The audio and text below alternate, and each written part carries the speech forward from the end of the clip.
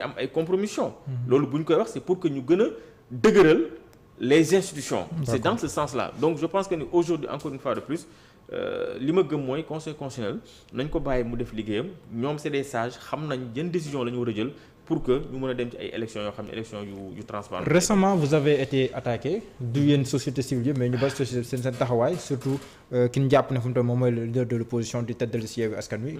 attaqué na société civile bi si seen taxawaay yenn saay loolu yow da nga si gisaale sa bopp. xam nga déjà attaques yooyu sax daf ñuy gën a conforter ñun ci suñu rôle. xam nga loolu mooy waree que ni ñun faruñu fenn xam nga léeg-léeg nguur gi ñoo ñu doon attaqué ne ñun nous sommes des politiciens encagoulés loolu yàgg nga ko dégg. waaw loolu yàgg naa ko donc ñu demaat léegi pour la première fois opposition di ñu attaqué donc kon ça veut dire que ni ñun mooy faruñu fenn mais nag bi ñu attaqué on a riposté parce que aussi il faudrait que ñu xam ne que réew mi c'est-à-dire que ñun aussi ñi nekk ci société civile c'est des patriotes Diallo kenn gënuñoo bëgg réew mi te réew mi aussi. kenn ëppale wuñ ci réew mi il faudrait que ça soit très clair les acteurs politiques ils ne font pas 1% bu ñu matee 1% ci lañ yem ëppale wuñ kenn ci réew mi ni ko acteur politique bëggee mais yow kan moo la gën a bëgg réew mi yow defoo politique tu fais partie de la société civile mais métier bi ngay def nii yaa ngi ci xar sa tànk tuwéy pour que nga participer ci li nga xam te moom mooy sa réew ni muy doxe kenn gënu la bëgg réew mi donc c'est pas parce que defuloo politique rek que voilà les acteurs politiques ne sont pas plus intègres que ñi nekk ci société civile moo tax quand Sonko bi mu ñu attaqué mais le lendemain on a fait un communiqué déjà pour dire que c'est des accusations infondées c'est des accusations yoo xam ne teguñu ko ci dëgg teguñu ko ci yoon et on a dénoncé ça maintenant nag il faudrait que maintenant que ñun ñu assumer parce que gis nga réew Diallo moo tax sànq may saluer le courage de Moundiaye Cissé gis nga réew bu ñu tolloo fenn dañuy wax dëgg parce que qu'est-ce qui s'est passé lan moo tax ñu ŋaañu ñu parce que dañu génn ne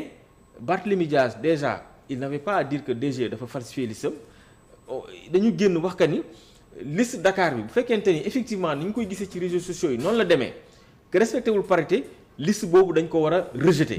mais loolu lañ wax dénoncer le fait que également que DGE ñu dem di ko attaquer parce que DGE également c'est une institution mais tey l'histoire nous a donné raison ñoom ci seen biir xam nañ que ni liste bi falsifié wuñ ko ñoom ci seen biir xam nañ que ni une liste qui n'est pas paritaire. loolu règle de base la liste boobu dañ ko war a rejeter parce que ñoom déjà ñoo ngi wax que ni liste Benno Bokk Yaakaar bi comme respecté wul parité nañ ko génne nañ ko rejeter donc ñoom ils nous ont donné raison maintenant nag Diallo nañu saaga nañu critiquer mais gis nga réew mii il faudrait que ñun juste ba keroog ñuy sàngu suuf bu ñu fi gisee loo xam ni waxu jaarul yoon dañ koy dénoncer ñun nous n'avons pas le complexe de l'opposition Diallo société civile nag li ñu xamoon mooy di tirer ci nguur doo tirer ci opposition mais bu ñu gisee que ni nguur deful yoon dañ koy dénoncer bu ñu gisee que ni ñi nga xam ne tey ñoom ñooy opposition bi defuñu naka dul yoon dañ koy dénoncer à la dernière énergie maintenant nag comme j'ai l'habitude de dire rek dinañ nekk ci réseaux sociaux yi nag di la saaga mais xam nga lu ma neex ci Sénégal mooy nag doo dox ci mbedd mi ba nit dab la dóor la parce que aussi ñun duñu ay ragal aussi quoi c'est-à-dire bu dee fit rek on a mené plusieurs combats dans ce pays depuis université nag on s'est toujours engagé nañu saaga mais mooy li ma la wax rek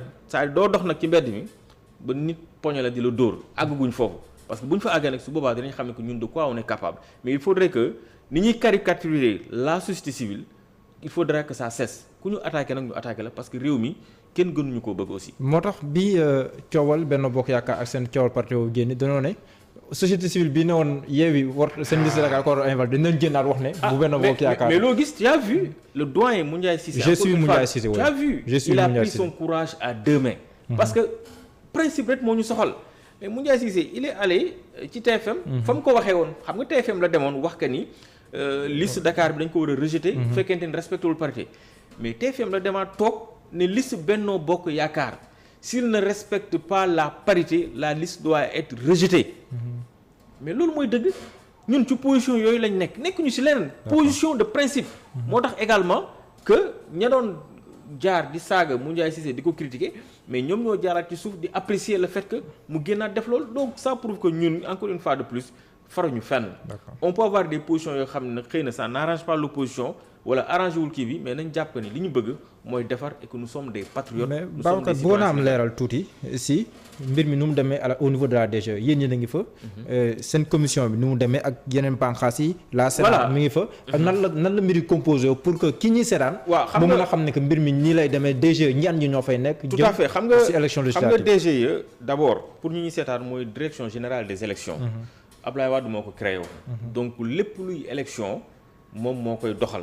sur la supervision du ministre de l'Intérieur. ci biir DGE mu am commission boo xam ni moom mooy recevoir les listes commission boobu le commissaire Sarr moom moo ko jiite. léegi commission boobu ci biir DGE la nekk. te man sax damay prôner à ce que cette commission de contrôle et de réception des dossiers du parrainage nañ ko génne biir DGE. parce que xam nga parfois boobu ba léegi DGE la ñuy wax di attaquer DGE alors que en réalité c'était cette commission là actuellement moom moo nekk di def liggéey boobu. parce que DGE dafa jël rek dafa héberger li nga xam tey mooy commission boobu mais dans l'avenir bëgg nañ et là c'est un appel que nous demandons au ministre de l'Intérieur. que commission bi recevoir di contrôler parrainage bi. dañ ko génne biir DGE. wutal ko siège à part am donc commission boobu il y a ce qu'on appelle le président de la commission.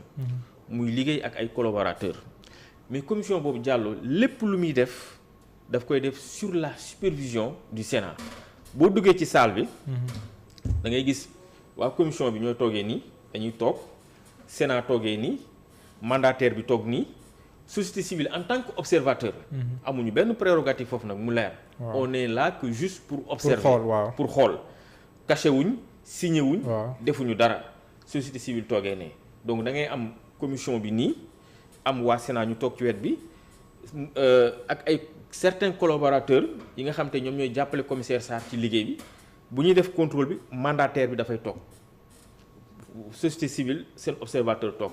donc noonu la mbir mi di demee maintenant nag li ci am solo mooy lépp lu commission bi jël def ci cachet Sénat da ciy def cachet donc pour que déjà récépissé bi wala PV yi mën a authentique il faut obligatoirement le cachet du Sénat.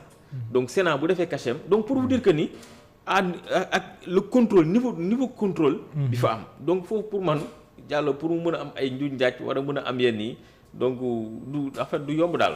mais Babacar mën naa mbégte lool dalal la waxtu bi dafa gaaw sax. waaw gaaw na nga tàggatoo ñu doon teewlu. waaw donc li may tàggatoo rek mooy appel sérénité la. mu koy jëmale ci sama mbokku jeunes yi Diallo ñun les jeunes. nañu jël suñu responsabilité ba pare ñu am mature. ñu bañ a nangu kenn duñu dugal ci violence te violence nag su ma koy wax man ñëpp laay wax. que ñu nekk ci opposition bi que ñu nekk ci pouvoir bi. parce que foo déggee violence électorale c'est les jeunes mag ñi duñu xeex de est-ce que gis nga violence électorale boo xam ne les leaders ñoom ñoo génn di xeex amul nous les jeunes ñun ñooy xeex après ñun ñoo fay ñàkk suñu bakkan ñun ñooy perte en réalité la preuve boo xoolee investiture yi mais néew na nu ñuy jël ay jeunes di leen investir. mag ñi rek la ñuy investir. te bu ñuy xeex ne leen jënd bu ñuy xeex ñu woo jeunes yi ne leen kaa leen xeex donc na jeunes yi la jeunesse sénégalaise agir comme responsable loo xam ne peut-être jar na kaas nga génn nga kaas mais booy kaas également nga def ko en toute responsabilité. bañ a toj bañ a yàq donc ñu dem ci élection yoo xam ne dafay nekk ay élections yu apaisées élections yu paisibles élections yoo xam ne ça va être des élections responsables donc jeunes yi nañu ànd ak sérénité ànd ak dal. ñu bañ a accepter kenn benn acteur politique jël di leen manipuler ba di leen di dugal parce que bu ñu ko defee ku ci ñàkk sa bakkan aussi sa waajur rek ñooy perte donc loolu laa bëggoon tàggoo. di la jaajëfal di la féliciter ak également ci émission bi. ampleur bi mu am donc je pense que ni tey képp kuy acteur politique képp kuy porteur de voix. souhaité nga toog ci plateau bi nga xam tey mooy tolluwaay. te ñu gis ko nga ci def liggéey bu am solo. jërëjëf Babacar Ba amoon naa mbégte lool dalal la comme ni ma ko waxee suñu ndoorteel bi yow moom LCS la woon ba tey man sant la bu baax gërëm la. rafetlu si taxawaay bi si société civile bi noonu laay sante ak gërëm Aliou Ba mi nekkoon si xarel bi sant leen gërëm yéen ñi doon teewlu. à partir de 17h incha allah suñu émission ultimatum su 8h incha allah bët set jaa ngeen jëf wéy leen ak suñu programme.